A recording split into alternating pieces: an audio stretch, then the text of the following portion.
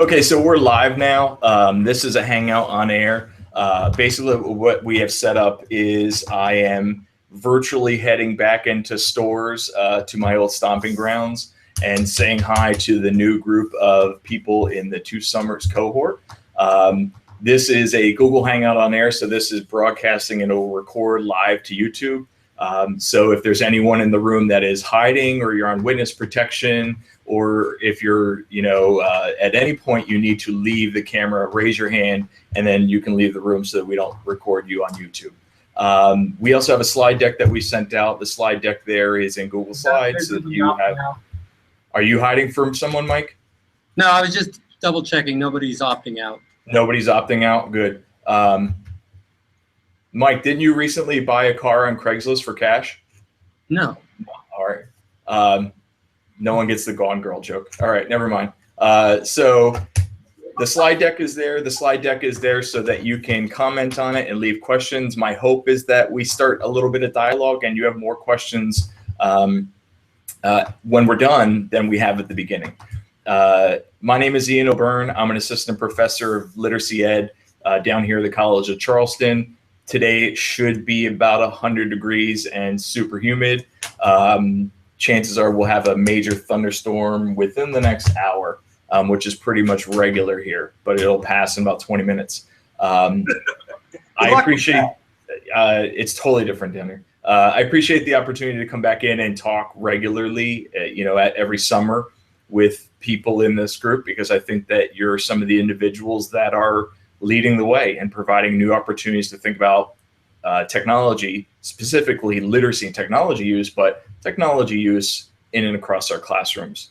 And so what I want to do with my time today, and I apologize for not being able to be there. I'm sure that having my giant head up on a screen and a projector is not a good look. But I want to take a little bit of time and talk to you about technology use. And I want to push all of you and your thinking about what you could and should be doing in your classroom. So I'm going to do a little screen share.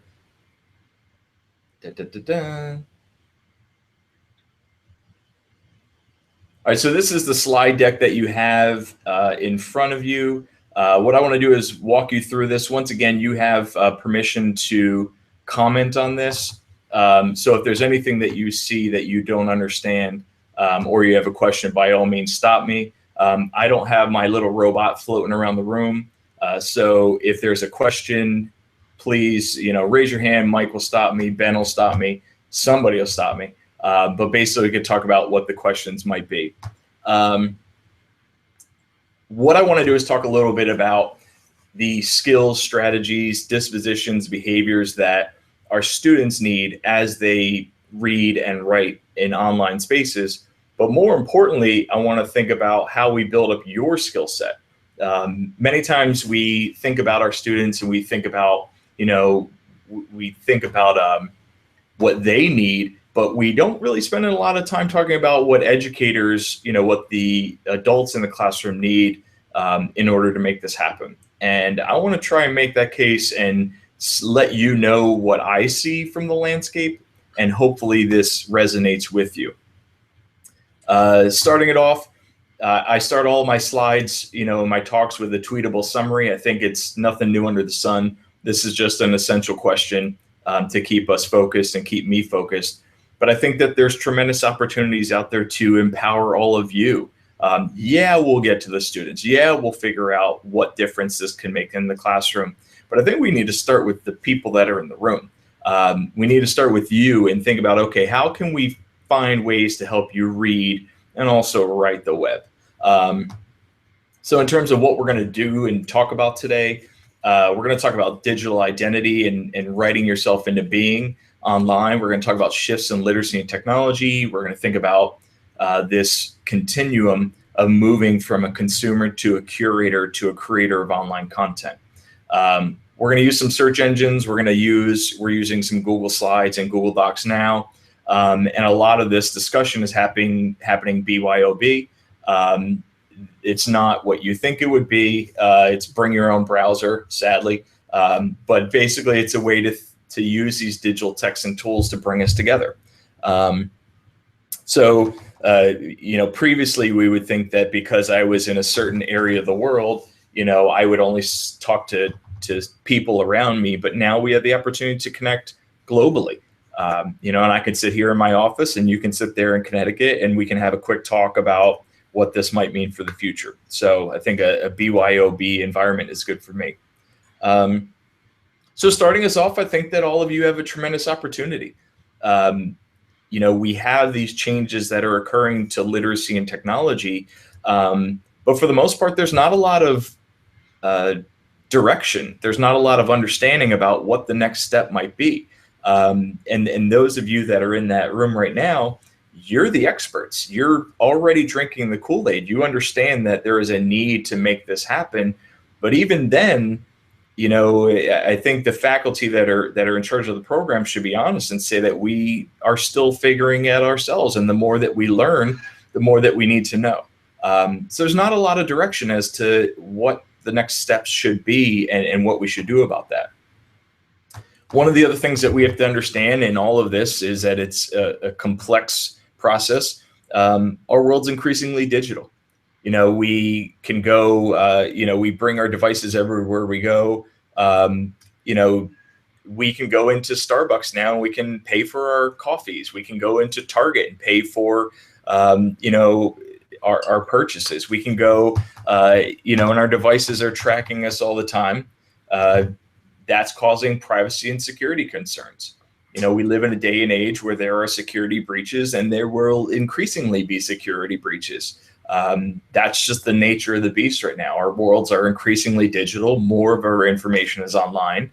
And there are technologies that are trying to address that. One of those are blockchain technologies that I'm researching now. But there are still very real privacy and security concerns that we need to be aware of and be prepared for. I think there's also a tremendous Ian, don't you think that stuff sneaks up on us, though? I mean, that unless you're out in front of it in a very wise way, you're always going to get caught by that security stuff. Yeah, I think the thing that we should be aware of is that there are and there will be breaches. Most of these breaches we don't really know about until they've already passed us by. The banks the banks are not transparent with us when our passwords and accounts are hacked. The other challenge is that some of the stuff that we signed up for back in the day, like MySpace, when your MySpace account was hacked, Mike, you were very upset about it. I never, what? No. But it's the challenge is I did have a MySpace. Well, we go and we sign up for all these accounts and then all of a sudden they get hacked and, decades have gone by and we forget about it. And then our information is out there online. You can go online now and you can research and see, you can, for the most part, find your passwords from different accounts. You can find your social security number.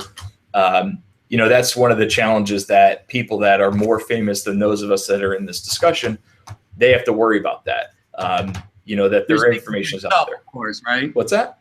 You're speaking for yourself, right?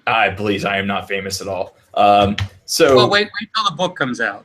I actually was pestered the other day to write a book, and I don't know if it's a good idea or bad. No, my book that you wrote the chapter in. Which one? Never mind. Never mind. All right. Too many inside jokes. All right. So one of the things that we need to be aware of is that we will be hacked. You will be hacked. Your identity will be hacked. There are different ways to address that.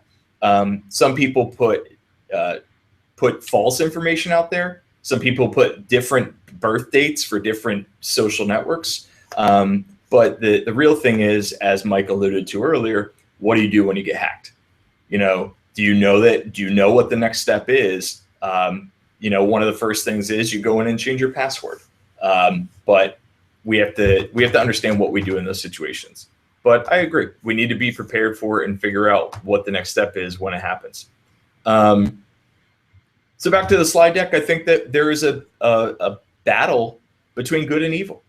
I think that we see this happening now. We see this happening with the political, climate online and face-to-face. We know what can happen when we look at situations like what's happening with Twitter.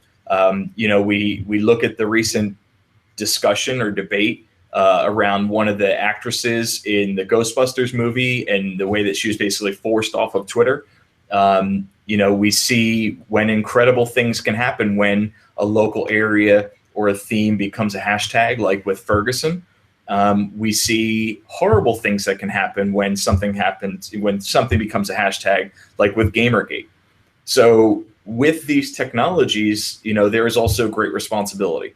We have to think about the good and the evil that comes with it. And there is tremendous good and evil that can come with it. I think the other challenge is that we don't really know what the future is going to look like. You're all sitting outside, you're playing with drones, and I was supposed to have a robot head today. We don't know what the future is going to look like. Bless you. What's up? Check the community has your picture on the robot at least. Oh God. So one of the things is that we don't know what the future is going to look like. We have wearable technologies. We have AR and VR coming around. We talked earlier about Pokemon Go and these different technologies. So we have no idea what the future will look like. And all of you are supposed to be preparing young adults that are going to go out into this environment and make a difference in that world. So one of the things that I usually like to get an understanding about is, what are you currently doing to address these changes in your classroom? So what are we doing? Let's have people talk.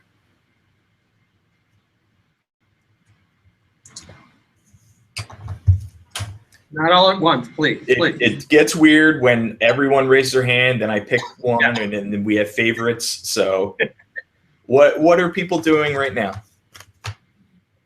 Teaching coding, an hour of coding. An hour of coding? How often?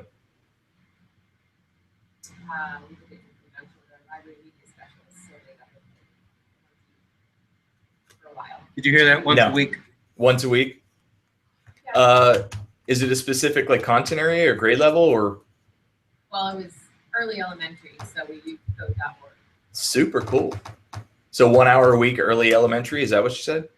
Yes. Yep. Oh, that's awesome. That is totally awesome. How do you work your way into that? What do you do?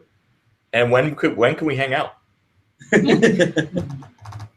I would have to give some credit to our library media specialist, because it's, I think, part of their SLO, part of their student learning objective. So we use code.org, and I think somebody else presented it the other day, and that's kind of how we did it. We just said, here it is, and off they went. So they liked it. And I had kids even bring in and use, on our computers at school, using Khan Academy's coding as well. And you did that just starting last fall or spring? Yeah, we did the coding with the second graders last fall. The year before that, I taught fourth grade in another school. And those kids, I had kids who came in already on Khan Academy, and they wanted to use computers to do it.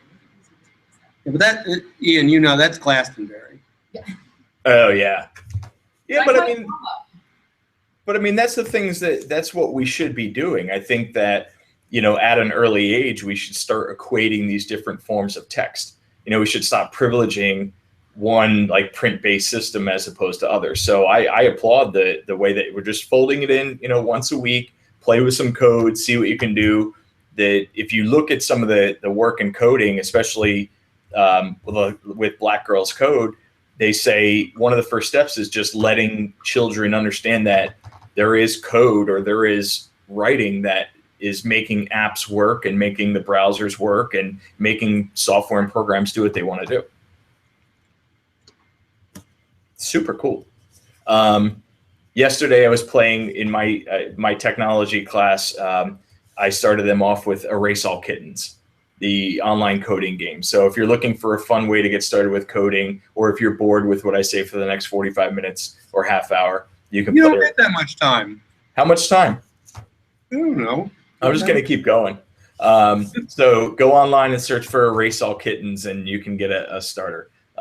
Definitely A+ game. All right, so let's move on. Thank you for the one individual that shared. I definitely I will stalk you online. So one of the things that I'd like to spend my time talking about is how can we move ourselves from being primarily consumers to curators to creators of online content. I'm down on slide 10, and I see I see a continuum there that we need to push ourselves along, and then hopefully we can bring our students along that same journey. So when I talk about this and when I discuss some of these concepts, we often have the challenge in understanding how can we make this happen. There is this belief that, you know, this is entirely different or entirely new, or I don't have the time to do this. But I see this more as being like work process. So one of the things that I see is that digital media allows us to have information that's portable and malleable, and that allows us to, you know, read and write online information. That also allows us to remix and have mashup culture. Now, a lot of times when we talk about this, we are confused as to what this remix or mashup culture might mean. So the way that I explain what I mean by being portable and malleable and information is I look at music, because it tends to be something that most people can understand. So back in the day, we would all go to a musical performance. You know, we would listen to someone perform. We would sit there and pay attention. And at a later date, if we wanted to share that information with somebody else, we could, you know, describe it using adjectives and adverbs, or we would hum a piece of the performance, or we would tap it out on, you know, the table or the rocks or whatever we would have. But for the most part, when the performance was done, the information transmitted in that performance is also gone. We would have memories of it, but that was about it. We could not transmit that to anyone else. As time advanced, we developed through different technologies an opportunity to recreate, to record and recreate these informations. You know, we have a piano roll, so you would listen to a performance, you'd bring the piano roll to your friend's barbecue, and you would say, hey, it was at this great conference, you know, this great performance, and you would start cranking the piano roll and you'd recreate this music for others. We advanced a little bit more, and we create LPs and records. And what we see is that this information is becoming more portable. It's becoming here with the record player. It's more malleable. We can do something with it. So, I mean, it's more portable. It's easier than dragging that piano roll out to performances. But then it's also malleable. We can create new things. And then when we have the LP and records, we see new genres and art forms emerge. So then we see, like, you know, hip hop movement, where we're taking disparate parts and remixing them into something new. And we have new art forms and new music and new content, new information, because of the portability and the malleability of this content. I don't really have anything to say about 8 tracks, so we'll just move on. So then we talk about tape decks, and you know, how many people in the room there would make mixtapes for other people? You know, we would record information. We'd make a mix. You know, we'd do a mixtape for a boyfriend or a girlfriend. You could go buy a tape from the store. So you'd buy like a Dire Straits cassette or a single, and you would, Mike, what would you do? Put tape on the little tabs so you could record over it? Yes. So so Mike would buy it. Yeah. And then how many people would record songs off of the radio? Yeah, I mean, think about that. Like, we used to sit back in the day with a tape ready to go, and you'd hear a song come on, and you'd record it off of the radio, and you would create something new. You would create a new album or new information, new content for someone else. And there's a lot of meaning associated with that. So the technology is allowing us to move that information elsewhere and recreate it, repurpose it. We're more portable, we're more malleable. Moving into CDs, I mean, we just had an evolution that ultimately brought us back a little bit, but you know, we're increasingly able to move this information elsewhere. Now this is where we are. Many of us just have this all-you-can-eat buffet. The music is very portable. It can follow us wherever we want.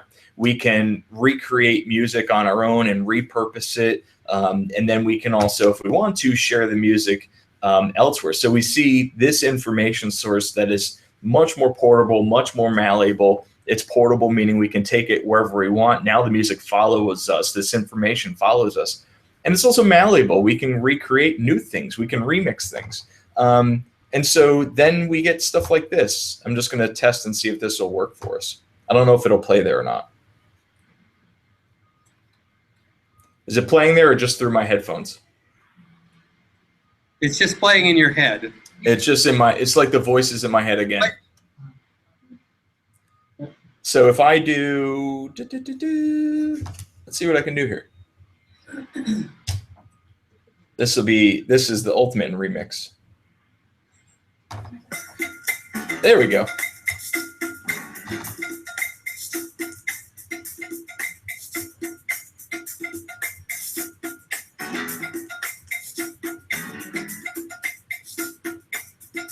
So, I mean, we're just taking information. We are, working with it. We're playing with it. We're making it a little bit more, as I said, malleable. And that's just dealing with audio information. The really interesting stuff is with digital technologies, then we can really remix it, and we can take some of that video associated with it. We can remix, we can recreate, and we can repurpose as a form of critique.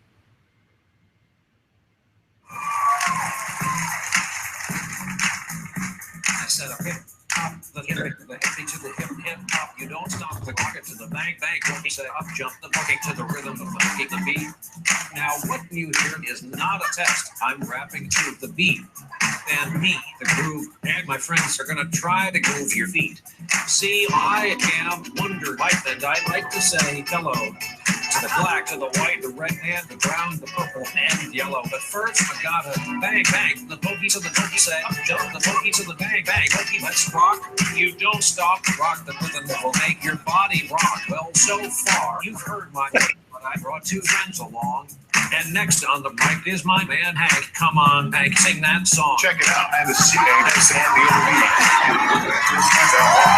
You see, by the code of the doctor of the next these reasons I'll tell you why. You see, I 6'1", and it turns up on when I dress to a T. You see, I got more clothes than Muhammad Ali, and I dress so viciously. Everybody go home, tell, won't tell. What you gonna do today? Say what? Because I'm a headline girl and FOJ. Everybody go home, tell, won't tell. Holiday in. Say if your girl starts acting up, then you take her friend.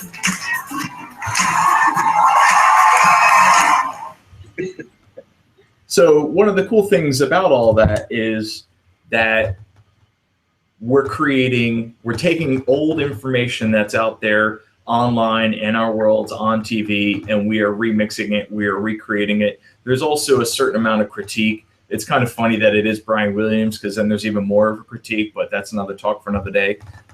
So it's interesting that with the advances in technology, we can take this information and do something else with it.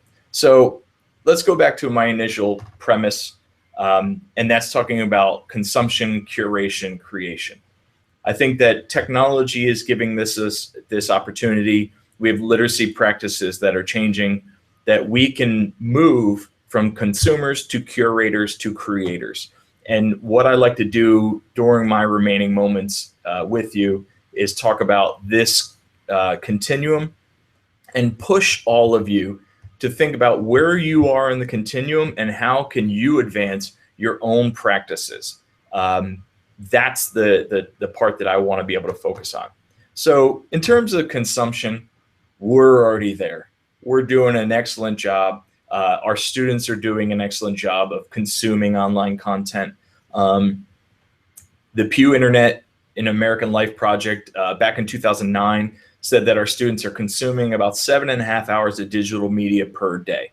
So when they're not in your classrooms, they're at home, they're multitasking, they're plugged in, they're basically drinking up online content.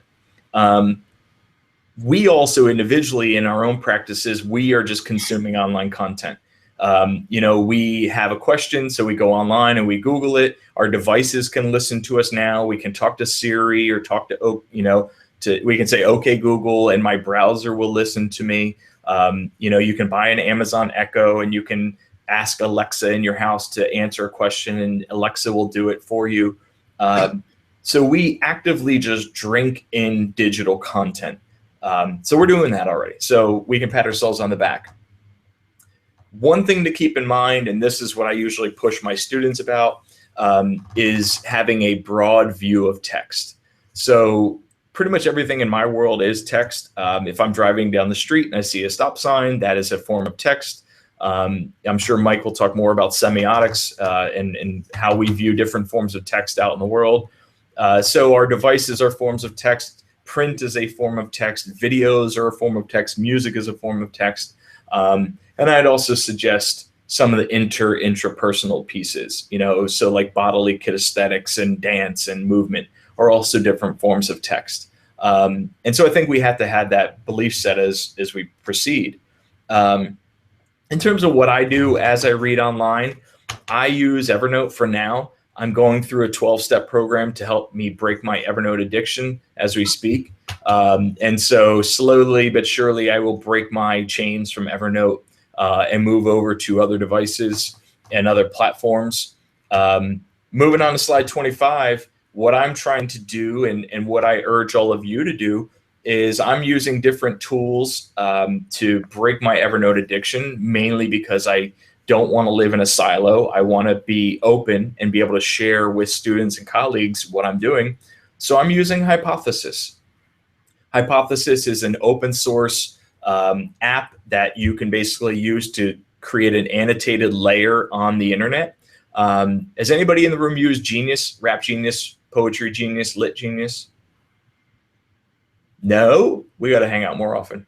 So okay, I'm for that.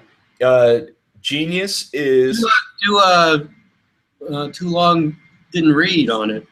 Yeah, I did a piece in my newsletter on Hypothesis. So Genius, Rap Genius, Lit Genius, Poetry Genius, great tool. Some questionable decisions and commentary from the owners, but for the most part, Genius is a really nice tool. You can add lyrics for a song and let your students annotate or mark up the lyrics for a song. What I like and I prefer about Hypothesis, and the link that I give you there is a really good overview and tutorial of Hypothesis. Hypothesis is an open source tool, and you and your students can annotate and mark up anywhere online. So my website has Hypothesis built into it. I can mark it up, I can annotate it. You can have discussions around online text with your students. Very powerful tool. I use Hypothesis now as a way to bookmark sites and also comment or annotate things as I read. Super cool tool, very powerful. Definitely think it should be used in our classrooms. And the fact that it's open source is really nice so that you can build it up and run with it. In moving from consumption, and like I said, I think we're all consuming, we're doing a great job. We've got that handled. I think we could do it more thoughtfully and more critically. I think that the next step is moving to curation. And with curation, what I mean is looking at the wealth of information online and figuring out, okay, as a more knowledgeable user, what's the good stuff and what's the garbage out there? So we look at Twitter and we say that Twitter is a fire hose of information. We need people that can look at that fire hose, and all of you are those people. We need people to look at that fire hose of information and say, okay, in terms of a given area, this is the good stuff and this is the stuff you don't need to pay attention to. That good stuff might be about ed tech. That good stuff might be about CrossFit. It might be about tattoos. It might be about dyeing your cats. Whatever the case may be, you have to figure out what's the good stuff and what's the garbage out there. You mean that's not its real color? Yeah. Go online and search for, and it's always hard when I do this talk to talk about dyeing cats, because then some people in the room get the wrong idea. And then, but yeah, if you do a search online for like dyeing, D-Y-E-I-N-G, if you dyeing cats, it's incredible the photos that are out there. Okay. And I learned about this through Real Housewives of New Jersey. Okay. That's, yes, I'm keeping it real. Mike. So those of us that are out there and we use Pinterest. Okay. How many people in the room right now use Pinterest? Yeah, I mean, we're all doing it, and we have this guilty, it's like the guilty pleasure. It's like we should be embarrassed that we're using Pinterest, but you are performing a valid, valuable service. Okay, you're looking at all the information out there, and you are creating a trail of good information. You're curating online info, and who am I to judge if it's about ed tech, or if it's about fine Italian handbags, or if it's about CrossFit and tattoos and beards? You are looking at the information online, and you're telling me what's good and what's not so good, and you are acting as a more knowledgeable other. So I think curation is a valid skill that we need to pick up, and we also need to figure out how can we share that, and then build that into our students. So the curators that are in the room right now, I applaud you. I think that you don't get enough credit, and I think that we should spend more time thinking about online content curation and building up that skill set. Now, the trick is, how do you share that out online? So I share too much information. I tweet a lot every day. When I have students, I have them follow me at the beginning of class on Twitter and Google Plus and elsewhere. And then when they're done with my program, they thank God that they can not follow me anymore because of the amount that I share online. But I share too much. I write a lot. I blog a lot. I have podcasts. I share a lot of info, and it's too much. Like, I really need to stop at some point. But what I do is, as I'm reading and writing and thinking about literacy and technology, I'm intrigued and I have bigger questions, and I want to share that with colleagues, with friends, with people such as yourself. But it gets to be too much, and so what I started doing is I realized that not everybody was following it. That if I'm sending 2, 3, 4 tweets a day, no one's looking at it. Okay. If you're following along in an email browser or an email interface, it's filtering out because it thinks that it's spam. And so basically I got to the point where nobody was reading it because there's too much info. What does TLDR mean? Does anybody in the room? Huh? You told them already? I did. Why? All right. So TLDR, it was too much information. Nobody's following along. So what I ultimately started doing is, once a week, I would stop and I would synthesize what I learned during the week. Okay. I started up a newsletter. The newsletter is there. It's free. It's once a week on Fridays. I basically sit down and I look at the tweets from the week. I look at what I shared. I look at what I wrote. I look at things that I didn't share but were intriguing to me. And I try to basically create a snapshot of stuff that week that happened in literacy, technology, and education that I think others would be interested in. So once a week I do this. This is a form of curation for me. It is an opportunity for me to synthesize this information. In some ways, I am learning about my own thinking and my own metacognitive strategies by pulling this together once a week. But also, I think it's a good snapshot of what happened in the week for friends, colleagues, students, peers, stuff like that. And my idea is that the newsletter comes out on Fridays, and it's an opportunity to, sit down on Saturday morning, with your cup of coffee and an iPad and scroll through the couple links that I share. Right now, I've been doing it for a year now. I've got a shade over 500 subscribers. It's been a lot of fun doing it. I've learned a lot through the process. But it helps me synthesize what's happening during the week. And I think every single one of you in the room should consider doing that for your classes. In elementary school, we send out a Friday update or a Friday newsletter to parents. Some of us continue that on, and we'll do like a monthly one. There's really no reason why you cannot post that online and share that out electronically. And some of you already do. I've heard to many teachers, but once a week, not just here's what happened in our classroom, but I'm a social studies teacher. Here's interesting things that I learned this week, or I'm in technology, or I'm interested in nutrition. Here's what you should be reading and knowing and understanding, and start to really, promote yourself, promote your brand, promote your ideas. There's no reason why you shouldn't. So I think that many of us are curating already. What are ways that we can massage that and send it out to people? So my challenge to all of you is you need to create that online identity, that online brand, and you need to start blogging now. How many people in the room have a website or a blog? Oh, good. Yeah. Well, yeah, Mike's. And so one of the things is you need to have a website. You need to start blogging now if you're not. And primarily what I urge you to do is, as you are trying to do things in your classroom, as you're testing out things in this program, as you experience things in life, blog and reflect about the experience. Okay. As you try to bring a coding experience into your classroom, blog about the trials and tribulations, the challenges, the opportunities.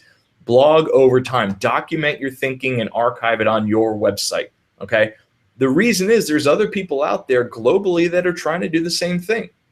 Okay. You're lucky. You're blessed. You can be at UConn now. You can study in this program. You can learn from the other people in the room, but not everybody has that opportunity. So start blogging, think out loud, think openly online, document your thinking, share that out with other people, and provide opportunities for other people to learn from you. Plus, you can look back at your own thinking and figure out how has your thinking evolved. So give yourself a nice formative assessment, built into your work progress. I have 2 guides on there. If you don't want a full-blown website or blog, I've done guides on Medium and Known. I use both platforms. I primarily use WordPress for my site. I love it. I'll do guides on WordPress soon once I invent cloning.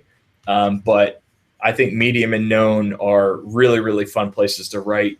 One of the ways I use Medium is I repurpose and syndicate my stuff out.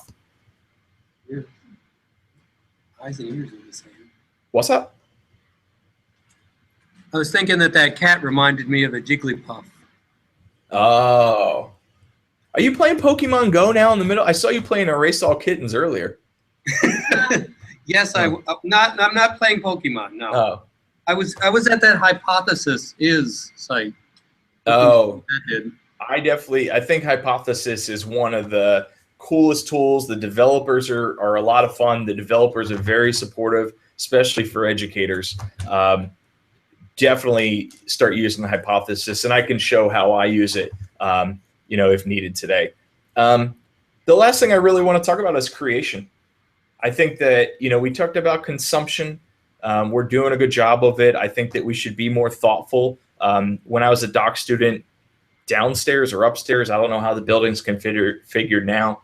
We're downstairs. You were upstairs. I was upstairs. So, I studied online reading comprehension, and we looked at critical evaluation and synthesis, and I'm sure you know many of the names already. But one of the things we need to do is be more critical consumers of online content.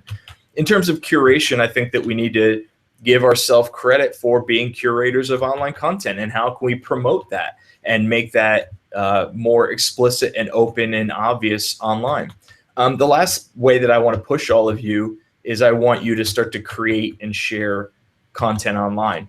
I want you to start to play. I think your kids will get to it, but I want you to start to play and create and share stuff. Ways that I create, I blog a lot, so I write a lot of stuff online. I also, use podcasting. So I have an audio podcast that I'm starting up and send out recordings about literacy, tech, and education. But then one of the other things that I love to do is I play a lot with stop motion animation. Anybody use stop motion animation in the room? Oh, yeah. Stop motion animation is a total blast. And it's Mike is showing you his iPad. Yeah. What is it? The Lego app? It's iMotion. Yeah. And you could do that for Saturday if you wanted to, use the stop motion. So, with stop motion animation, frequently what I'll do, like yesterday in class and last year when I came to visit this group, I gave a challenge and I sent people around campus to create Vine videos. I think Vine and Animoto are good ways to start playing with stop motion animation. Those are short, yeah. You know, it's nice and short, and then, you know, it's 7 seconds long. People will try it and then get frustrated because they can't have a lot of control. Then I usually step people up from Vine and Animoto, and I start playing with stop motion animation. On the iPad, there are 2 apps on there that are pretty expensive. They're $9 and then $14. But the home run is the Lego stop motion. The Lego Movie Maker app is free and it works great. So this is an example of a movie that I made a couple of years ago with my son. We were living in Hamden at the time. He was 3. So the 2 of us sat down one day and we started playing. And we tried to see what could we create using stop motion and the toys that he had in his room.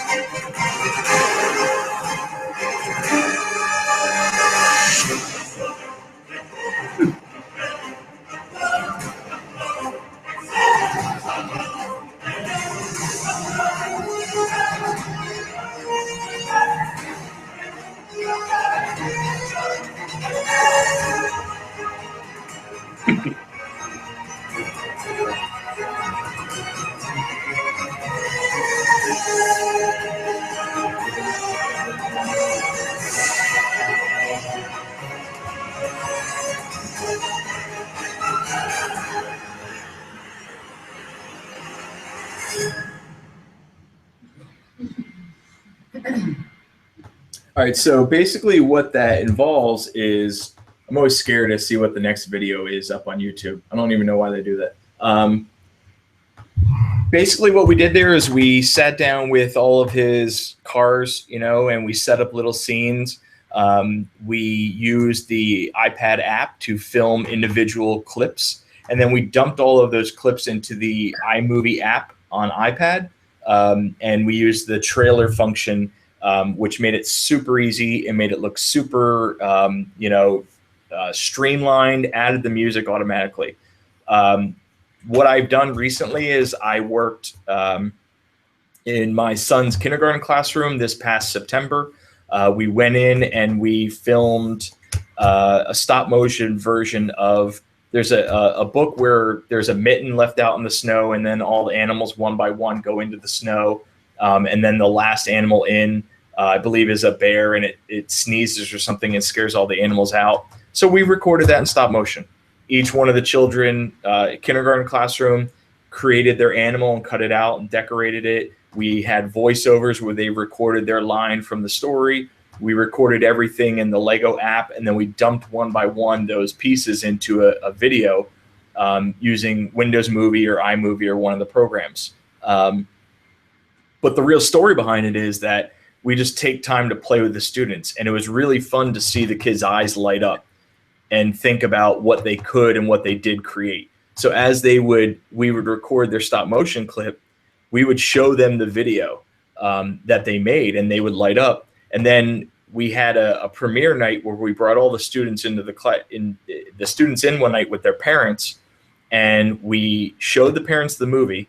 And then we put iPads out around the room, and we put blocks of Legos and cars and all sorts of stuff. And we had the parents just play with the Lego app to see what they could create. And so the kindergartners were teaching the parents how to use the Lego stop motion app, and the parents' eyes were lighting up. And then, you know, they were like, well, we didn't know we could do this with the device. And we're like, yeah, that's why we're showing you how to do it. This is what you could and should do at home with your kids. So stop motion is one way to play. You can do movies, but then we're taking it a step up. One of the things that I'm also playing with now, and I urge you to test out, is I've started to, I teach teachers how to create screen captures and screencasts, basically images that we annotate and then videos. I have blog posts on it. I'll share it out online. What I've also started to do is take my own photos and use those in my blog posts. but I use the paper app on the iPad and start to draw my own pictures. Yeah. You know? Ian, I'm going to give you the bum's rush because I have another guest at 1. No way. All right. Wait. So last thing I want to do is down here, please stay in touch. Please stay connected. Well, you're in our Google community, right? Yep. All right. So can we get a post of this the on air? It's already. Yep. So I'll take this recording. I will basically save that over to the community. You have my slide deck. All of my stuff is there. Feel free to stay in touch. Shoot me an email if you need me. Subscribe to the newsletter. And whatever you guys need from me, I'm there. Love it. I love it. Stay in touch. Next time, I promise you can come in as the robot. I don't know why this technology failed us at this point, but whatever. Next time, I swear. Not a problem. It's good seeing everybody. Hopefully you're all doing well. Good to see you. You as well. I'll be in touch. Most definitely. Excellent.